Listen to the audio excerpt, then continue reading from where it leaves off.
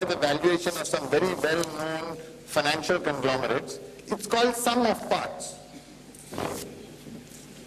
So how do you deal with sum of parts as a way of understanding intrinsic worth? Is it completely useless? A figment of analyst's imagination? I think it's completely useless. And I think we internally don't call it SUM of the parts, we call it SOME of the parts. Right. All right. Just one very quick question to each of them. Same question, if we could have your responses. Obviously, one learns from success. It's a great way to think back and recognize, what worked, and then hope to replicate it in future. But to me, sometimes failure is even more instructive.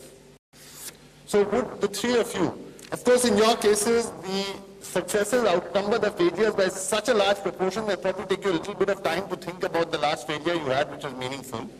But if you could make that effort for me, and just tell us, all of us, collectively, what you really learned from that failure, and therefore the lesson learned and what you wouldn't do again in terms of changing your behavior as an investor. An important thing that you learned. And in my case, I've made so many, I could go on and on about this for the rest of the evening, so I won't. But let's start with Ramesh Damani. It's what I told in my presentation. In the presentation, my biggest failure, biggest shortcoming as an investor was that I didn't size up the opportunity. I didn't dream big enough. Okay, Ramesh, another one. That's a very valid point well taken. Is there anything else that strikes you as something you could have learned from failure? The first one, I agree, and it's a brilliant but this is an extra tip for all of us. We'll go to Nilesh and come back. Let me just put my head to it on the second biggest lesson.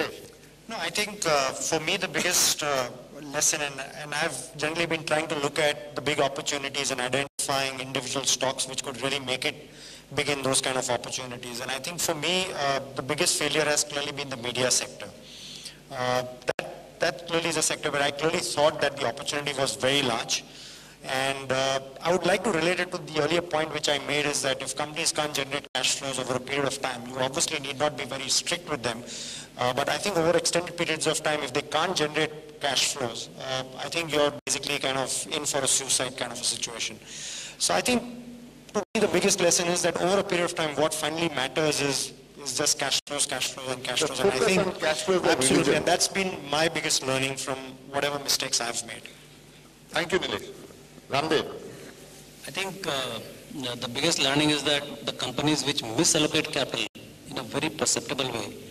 I mean, we get carried away by thinking that, okay. Just explain that, Ramdev. I don't understand that phrase. What does misallocate capital mean? Yeah, I mean, we had a terrific example of Tisco, where they went and bought 50-60,000 crores worth of Chorus, and I think it was Diwali day or around Diwali time when they bought it.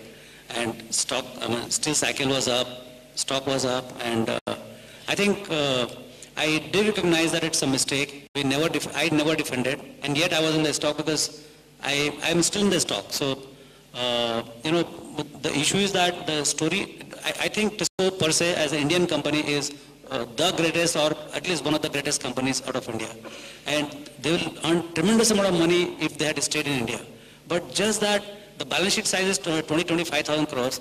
They go and borrow 50-60,000 crores and they buy most handicapped asset in the whole world. I mean, this is a kind of misallocation. I mean, it can. I mean, I'm sure they have done such good things in life that they are blessed, and the brand equity is terrific, and God will also kind of pardon them, and somehow they will capital allocation is really important if you're a long-term investor in a business, right? Sure. That's the lesson. No, I mean, it just breaks down. I mean, how do you earn and repay that 50,000 crores? When the opportunities are blooming in India, you are trying to save that chorus. So I think this entire diversion from next $1 trillion opportunity at a business level and making a huge commitment, something on which you don't understand, and it can't be what you call to best of your understanding. Of course, what is the thinking of Mr. Tata and their team? Of course, we don't know. I mean, they must be definitely optimistic. But if, as per our expectation, if there's a clear misallocation and what you don't understand, and when you're in doubt, just get out. So I didn't get out, and so I think that's the biggest learning. Ramesh has made so few mistakes that we'll give him a little more time, but I have a hyperabundance of these, so I'll talk about one or two, and they're quite instructive. Many people know that by sheer good luck, I happened to buy Infosys early. And I really, even today, I know very little. I'm humbled by how little I know about IT services. And so in 2000, in early 2000, I've known Ramdev, this is the 24th year I've known him. So Ramdev was just in a hurry. He was in a great hurry to clear out of Infosys, He sold at 9,000, he sold at 9,500, he sold at 10,000. And I said, what the hell? I mean, this is stupid. This is a great company with great management, tremendous growth.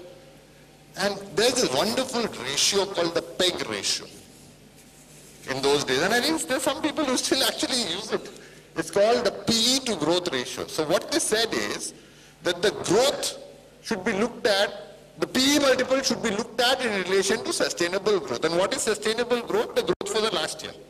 It's a very nice definition of sustainable growth. 1 year, what it did last year. So the last year, Infosys had grown at 100%. And the PE multiple was 100. So the ratio was 1. So they said, boy, this is fantastic. This stock is cheap. Because it's got a PEG of 1. No one said that the PE multiple of 100 is obscene, which is exactly what it was. And here I was, incredibly happy. I thought it was like a marriage made in heaven. I owned Infosys. It had done so well for me for 5 years. I fell in love with the stock. And I didn't sell it. And it's wonderful. And this is what I'd like to tell all of you. From March 2000 to March 2009, the post office would have treated you better in terms of returns that you would have earned as compared to Infosys. And I held Infosys from March 2000 to March 2009. So much for my being an expert. So if there's a lesson in this, the lesson is stay real, stay rooted to the ground. Don't believe that you figured it all out. And when it's too good to be true, it usually is. So sell. I'm not in the camp that says when you buy a great company, the right time to sell is never. Not at all. Markets go ballistic. They lose, all sense of being in touch with reality. It's a great opportunity for clearing out. Just thank God that he's been so kind to you. Visit Siddhivinayak and put the money in the bank in the post office. You'll do better. Okay, Ramesh, you'll have the last word because you're clearly the most articulate guy here. Thanks. You owe me a tip after that.